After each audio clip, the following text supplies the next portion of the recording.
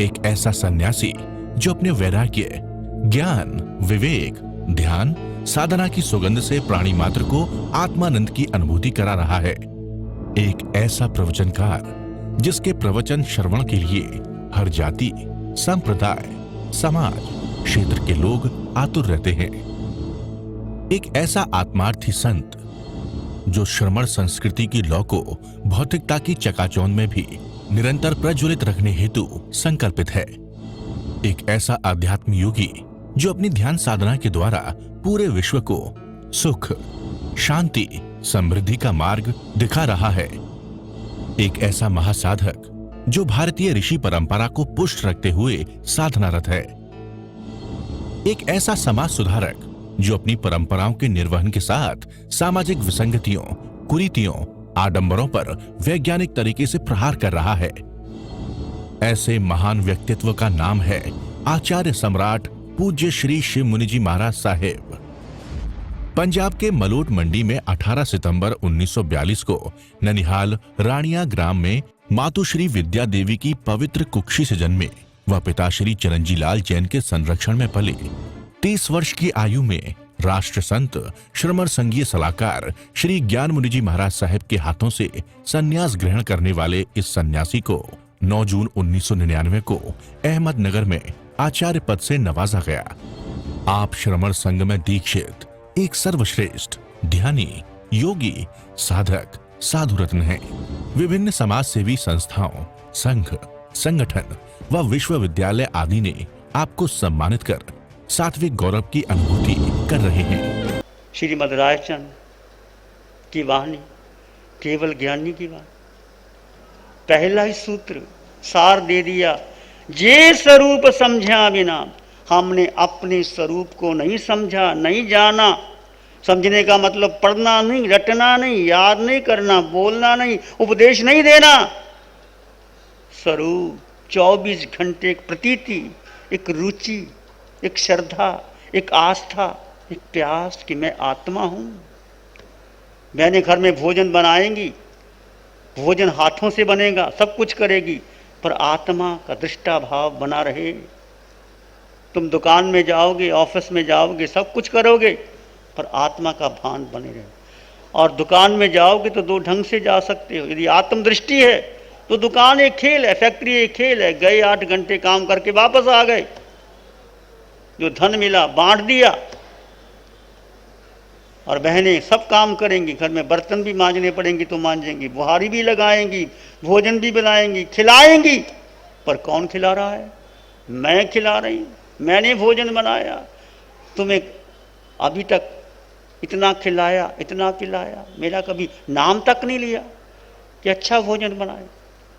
इसको भूल करके केवल आत्मदृष्टि से करते रहना और या सतत आत्मा की याद बने हर कार्य में। तुम सुबह घूमने जाते हो, ये आत्मदृष्टि, आत्मा 24 घंटे तुम्हारे साथ, बस स्मरण बना रहे इसका कि मैं आत्मा हूं।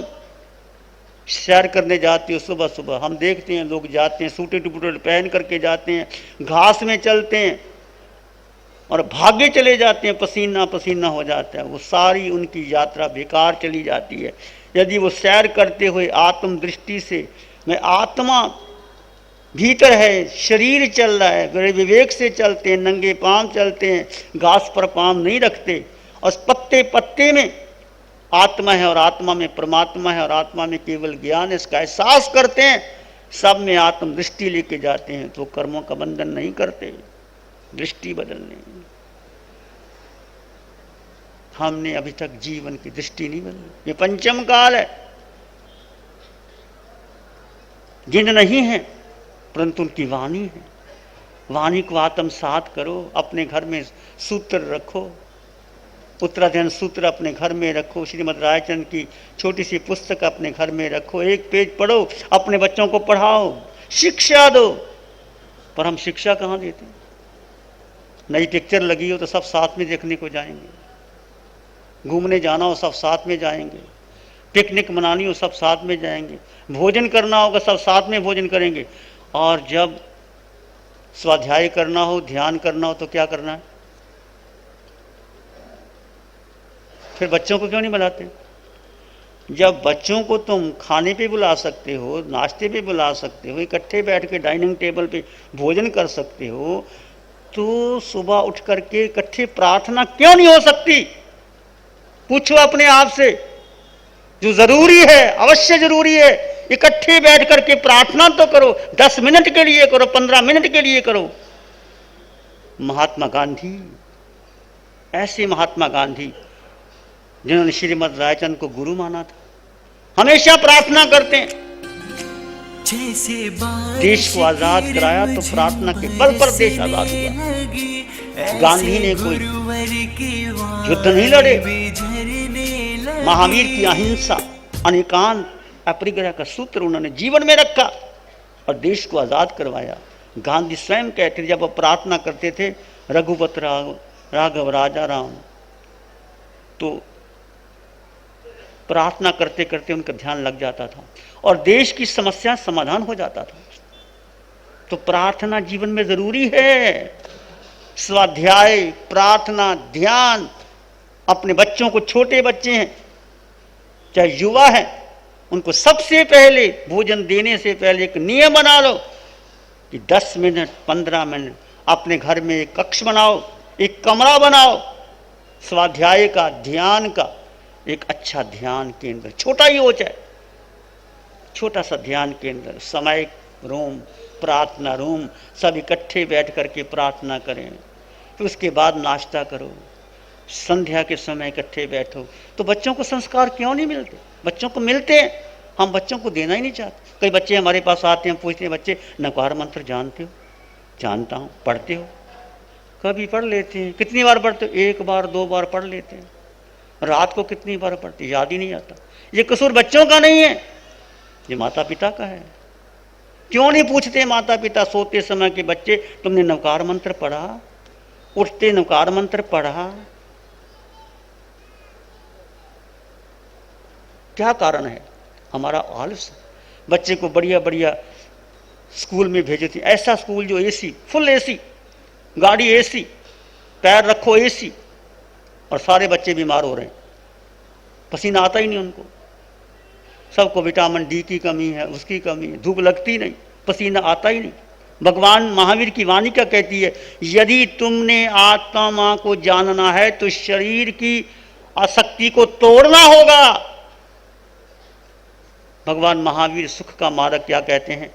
आया वे आही चैसोग मल्लम कामे कमाही कामियम खुदुखम छिन्नाहि दोषं विनेज रागम एवं सुही हो इसी सांबराए। भगवान महावीर की वाणी सभी साधकों के लिए, हमारे लिए और आपके लिए। यदि सुख का मार्ग प्राप्त करना है तो क्या करना है? पहला ही सूत्र, आया वे है, अतापना लो। भगवान की वाणी कहती है। और भगवान समय मतापना लेते थे, 4-4 पैर खड़े रहते थे, रात्रि पूरी रात्रि खड़े रहते थे, पूरी रात्रि में नींद नहीं लेते थे, नींद का झोंका आता तो खड़े हो जाते थे। कितना भगवान महावीर ने अपने शरीर को कसा। 6-6 महीने के बाद उर्द के बाकले मिलते हैं, स्वीकार कर लेते हैं। तुमने और मैंने कितने बढ़िया बढ़िया भोजन किया। एक उपवास करना हो, ठाई करना हो तो याद आता है सुबह क्या क्या खाना है, क्या क्या मेनू बनेगा। कहाँ महावीर और कहाँ मैं और कहाँ आप। महावीर की जय जयकार लगाने वालों, महावीर की साधना को जीवन में ले लो। आया भी है अतापना। कैसे अतापना करनी? तुम कर सकते हो, सामायिक करते हो, 15 मिनट खड़े होकर कौशक करो। क्यों नहीं कर सकते? 15 मिनट कौशक करो, तुम भी कौशक करो, 15 मिनट का करो। कौशक 3 प्रकार से कर सकते, खड़े होके, बैठ करके, लेट करके भी। बच्चों को कराओ, 10 मिनट का कराओ। अतापना लो। धूप है 12 बजे की, धूप में जाओ। ये सारी सुकुमारता की साधन है। एसी के बिना रह ही नहीं सकते, गर्मी बहुत लगती। पहले तुम्हारे बुजुर्गों के पास एसी था? बोलो, बताओ जरा। पंखा भी नहीं था। मुझे याद है जब हम घर में स्कूल में आते थे, पंखा नहीं होता था, एक पंखा होता था चलाने वाला। आज कितनी सुविधा विज्ञान ने दे दी, पर हम उतने ही हम आत्म दृष्टि से कमजोर हो गए हैं, आत्म भूल गए हैं। शरीर को महत्व दे दिया विज्ञान ने, शरीर को सारी सुविधा दे दी, पर हम आत्मा से दूर चले गए हैं।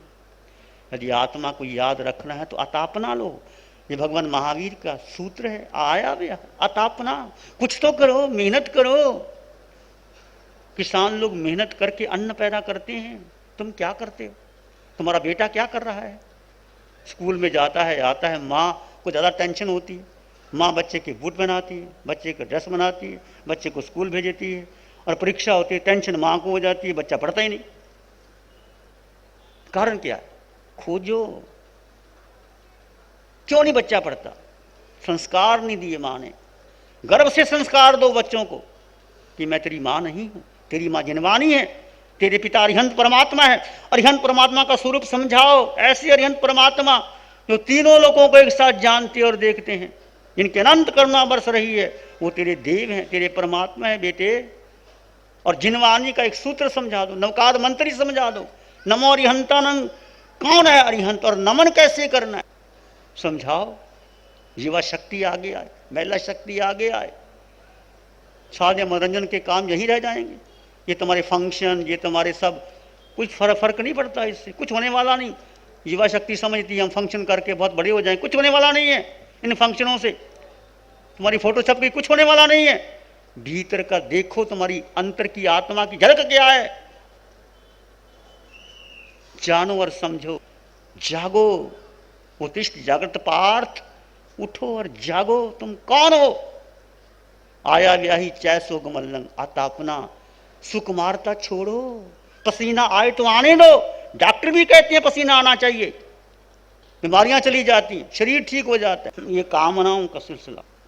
एक गाड़ी मिल गई, फिर बड़ी गाड़ी चाहिए, ओडी गाड़ी चाहिए, मर्सिडीज चाहिए, और बड़ी चाहिए, 50 लाख की। मैंने पूछा कितने सीट है? 4 सीट बैठते हैं। चाहे 50 लाख की गाड़ी ले लो, चाहे 4 लाख की गाड़ी ले लो। क्या कहते हैं? एक स्टैंडर्ड मेंटेन करना होता है। एक काय का स्टैंडर्ड है? हमारा स्टैंडर्ड कम है तुम्हारे से, हम तो पैदल चलते हैं। ज्यादा स्टैंडर्ड हमारा है तुम्हारे से ज्यादा, बोलो है कि नहीं? ओडी में घूमते हो, बड़ी बड़ी गाड़ी लेते हो, क्या करनी गाड़ी? जरूरत है ले लो। कामनाएं, मैं नहीं कहता गाड़ी लो, पर गाड़ी के लिए इतनी ज्यादा आसक्ति मत रखो। कामे कमाही कमियं खुद दुखं, कामना ही दुख का कारण है। छिंदा ही दोष संग विनय जरागम, दोष का छेदन कर दो और राग का मर्दन कर दो। जैसे बारिश की रिमझिम बरसने लगी, ऐसे गुरुवर की वाणी भी झरने लगी। ध्यान करेंगे, आंखें बंद, मन वचन काया शांत, शरीर शांत, विचार शांत, सृष्टि शांत, वातावरण शांत, हर दिशा हर किनारा शांत। मैं आत्मा, केवल आत्मा। सिर के सिरे से पांव के अंगूठे तक तुम शुद्ध आत्मा हो। स्वटक मणि से भी निर्मल शुद्ध आत्मा।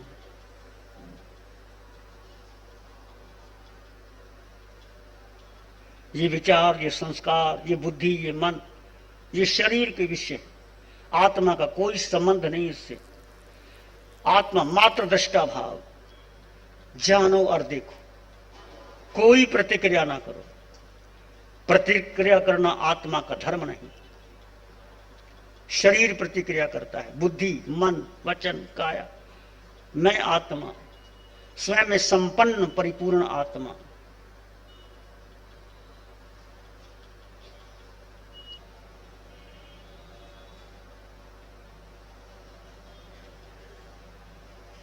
चित हमारा शुद्ध हो, सद्गुण से भर जाए।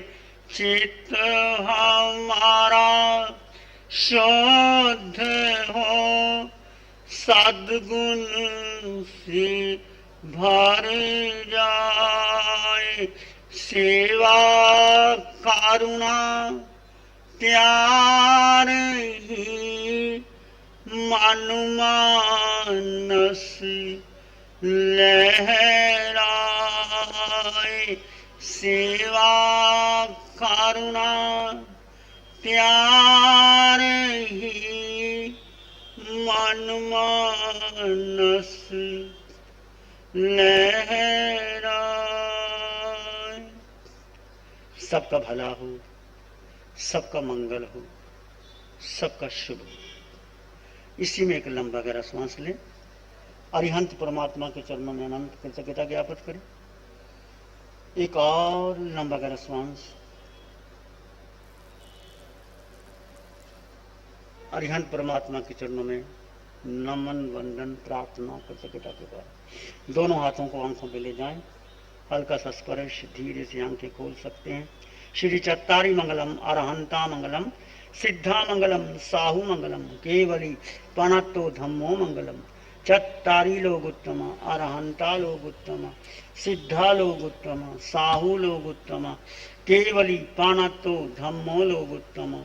चत्तारी शरणां भवज्जामि, अरहन्ते शरणां भवज्जामि, सिद्धे शरणां भवज्जामि, साहू शरणां भवज्जामि, केवली प्रणतां धम्मां शरणां।